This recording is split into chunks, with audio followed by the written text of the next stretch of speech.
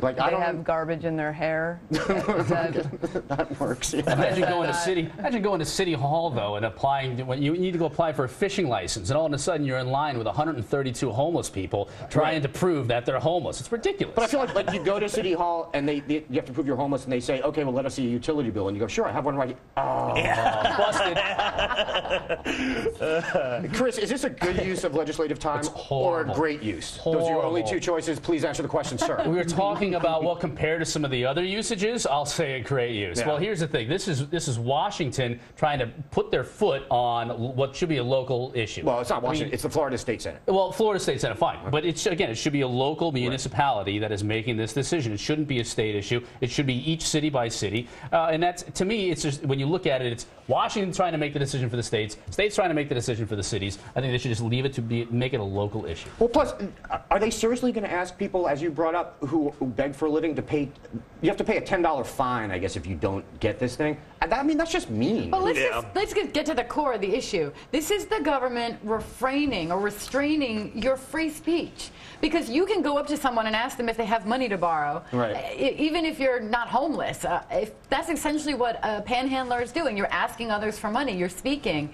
The government can't restrict that speech under most circumstances. And this permit, this license, is just it's a pretense to keep them quiet. Right. But what if they also require people to? What if they require us to have a permit to give money to homeless people? And that way, if you're like going into a 7-Eleven, you'd be like, oh, I left my permit at home. 7-Eleven. Oh, I want that permit. I do. That's great. Hey, Bill, do you think a lot of people are lying about being homeless? I mean, you lie and tell people you have a home. But do you think people are out there doing the opposite? Possibly. I wouldn't put it past them. You know I hates the people. That's true. You do hate the people. No, I'm like, look, first of all, I'm against this just for the fact that the cops have bigger fish to fry rather than to get someone who smells like fried fish. Secondly, I am dancing on the I give people something for my donations. I got a little dance routine I do. I've trained my rat Patches to bite me on command. I've trained my rat Patches to bite me even not on command. This is stuff that people can pay money for. This is entertainment.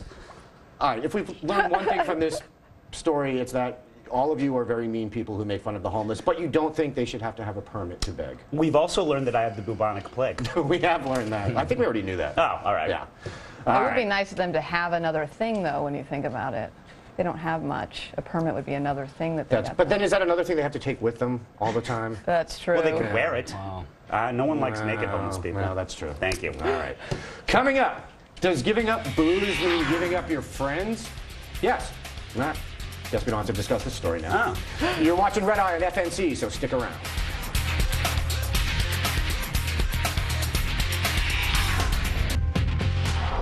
Can not having drinks turn your friends into finks?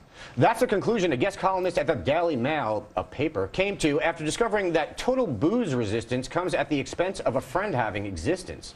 Lucy, could her name be any more British, Cavendish, gave up the hooch 3 months ago and found that it came at the price of her once active social life. Writes the ex-Lush, quote, I have become a social pariah. People seriously don't like you if you stop drinking. Some people think I'm abstaining to highlight how much they drink. You're so sanctimonious, a friend said the other day when I went to a house for dinner and to clean a chimney. Just bloody have some wine, you're no fun. You forgot Pip Pip. I know. For more on this fermented phenomenon, let's go to Fox News behavioral correspondent Smiley's McWiener Dog. What say you, Smiley's? Claire. Leah. Kerr.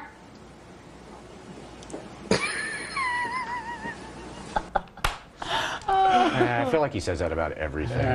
Hey, Morgan, as a drunk, I feel like you can totally sympathize with Lucy. None of your friends would stick around if you quit drinking, would they? No. No. I mean, I wouldn't go out, though. Well, that's true. I wouldn't hang out with you ever. Right. So. Huh. You're drunk right now, aren't you, Morgan? Yeah. Wow. I'm a little bit drunk. Her name is Morgan Murphy, and she's Irish. Yeah, no kidding. Yeah. Kind of goes with done territory. deal. Yeah. Hey, Bill, let me read a passage from Lucy's story. Please. I was making poor decisions. I felt as if my head were full of wriggling eels each night. Once I was tipsy, I couldn't stop. Any of this ringing a bell? Nothing rings a bell, Andy, because of the brain damage due to excessive alcohol abuse. Yeah.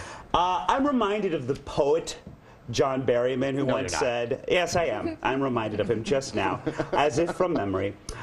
He once said, something has been said of sobriety, but not much. Now, I'm also reminded of my single Uncle Stan, who once said, quoting poets will get you laid. Morgan, what are you doing later? Other than getting lit. Yeah, well, some other dude besides me. Yeah. Anyway, that's all the poetry I know. Hey, Remy, you frequently show up drunk in court. Any plans to stop drinking?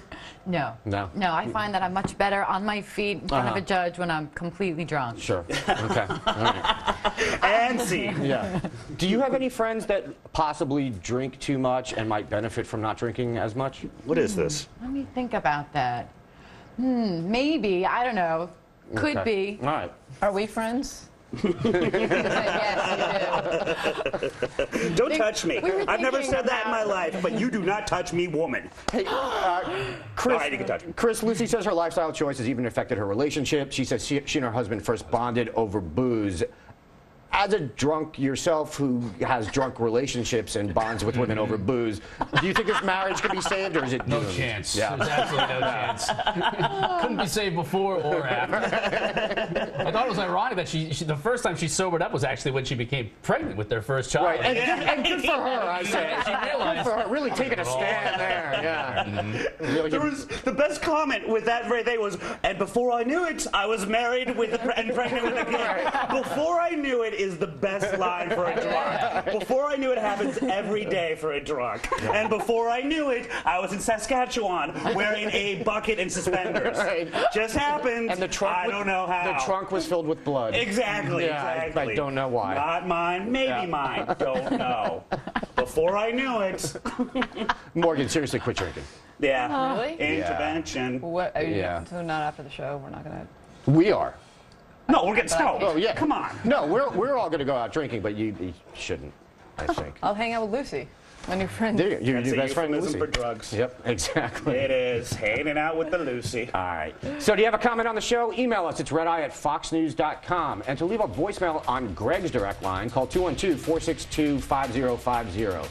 Still to come, the halftime report from Dana Vachon. Tonight's halftime report is sponsored by 1991, that 991st year of the second millennium, the 91st year of the 20th century, and the second of the 1990s. Thanks, 1991.